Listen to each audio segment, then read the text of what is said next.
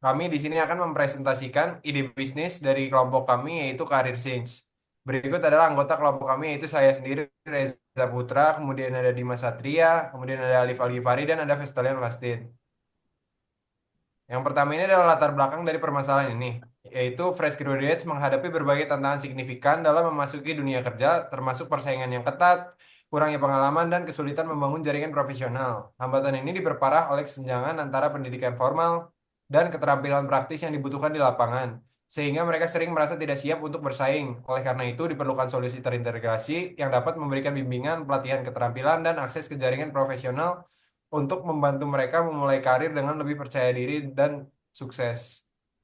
Kemudian ada five whys dari masalah ini, yaitu kesulitan fresh graduates mendapatkan pekerjaan. Whys yang pertama itu mengapa sulit mendapatkan pekerjaan? Karena kurangnya pengalaman kerja yang relevan. Whys yang kedua itu mengapa kurangnya pengalaman? Karena sistem pendidikan yang tidak sepenuhnya mempersiapkan mahasiswa untuk dunia kerja. Whys yang ketiga itu mengapa sistem pendidikan tidak memadai? Karena kesenjangan antara kurikulum akademis dan kebutuhan industri. Whys yang keempat itu mengapa terjadi kesenjangan? Karena komunikasi antara perguruan tinggi dan industri kurang efektif. Dan wise yang kelima itu mengapa komunikasi tidak efektif? Karena tidak ada platform yang menghubungkan secara komprehensif mahasiswa, perguruan tinggi, dan perusahaan. Lalu ada persona kanvas. Kita juga ini dari narasumber kita, Syarifah Alifia Halida, lalu dia berumur 22 tahun sebagai mahasiswa. Yang pertama ada negatif trendsnya, contohnya seperti kesenjangan besar antara kurikulum akademis dan kebutuhan industri. Lalu ada positif trennya, misalnya seperti semakin banyak pelatihan online, bootcamp, dan platform pengembangan keterampilan. Lalu ada headsingsnya, sulit mendapatkan pekerjaan pertama karena kurangnya pengalaman kerja yang relevan. Lalu ada opportunitiesnya, menawarkan platform one-stop solution untuk mentoring, pelatihan, dan job matching berbasis kompetensi. Lalu ada fears-nya, tidak mampu mandiri secara finansial dalam waktu dekat. Tentu punya hopes yang ada mendapatkan pekerjaan impian yang sesuai dengan minat dan keahlian.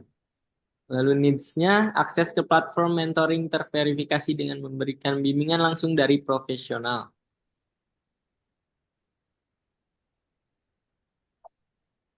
Baik, selanjutnya di sini ada customer empathy map. Yang pertama di sini think and feel. Saya akan menyebutkan salah satunya saja yaitu bagaimana memulai karir. Lalu selanjutnya di sini ada C, lowongan pekerjaan yang meminta pengalaman.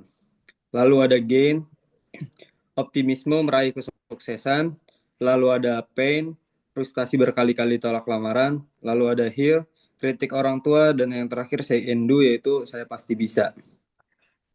Selanjutnya akan dilanjutkan oleh teman-teman. Baik, baik selanjutnya konteks mapping. Dalam konteks mapping ini kami mengkategorikan yang pertama target user, scope, dan fokus. Selanjutnya kami melakukan observasi. Untuk setelah melakukan observasi ini kami mendapatkan hasil bahwa ada tingginya angka pengangguran di fresh graduate, kesulitan mendapatkan pekerjaan pertama, kebutuhan akan pengembangan soft skill dan hard skill. Setelah kami melakukan observasi, kami mendapatkan hasilnya di berbagai sumber seperti dan kami mendapatkan hasil di demografi etnologi, environment, ekonomi dan efisiensi, policy and system, needs and desire, uncertainties, serta challenge. Setelah itu, kami mencari untuk melakukan pengembangan platform Karisin membutuhkan sistem terintegrasi yang mencakup mentoring profesional dan pembelajaran adaptif.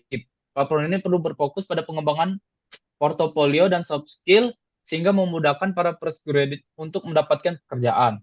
Next.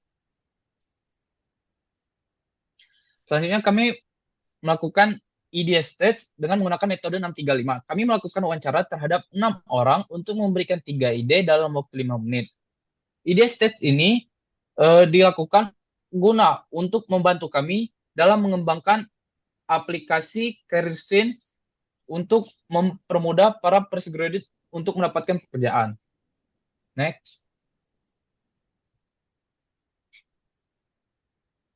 Lalu kita juga menggunakan metode minimum viable product. Yang pertama kita memiliki pastinya memiliki customer segment fresh graduate 0 sampai 1 tahun pengalaman, lalu ada value propositionnya, learning path personal, lalu yang ketiga ada channelnya, campus partnership, lalu yang keempat ada customer engagementnya, learning path personal, lalu ada risk assumption, yang salah satunya ada employers akan merekrut melalui platform, lalu yang keenam ada eksperimen format, itu menggunakan NPS scoring, lalu yang ketujuh itu ada eksperimen skenario atau workflow, fresh graduate akan aktif menggunakan platform, lalu yang ke-8 ada matrix key, ada user registration rate, lalu yang ke-9 ada success criteria, 70% user retention, lalu lalu ada resultnya, kita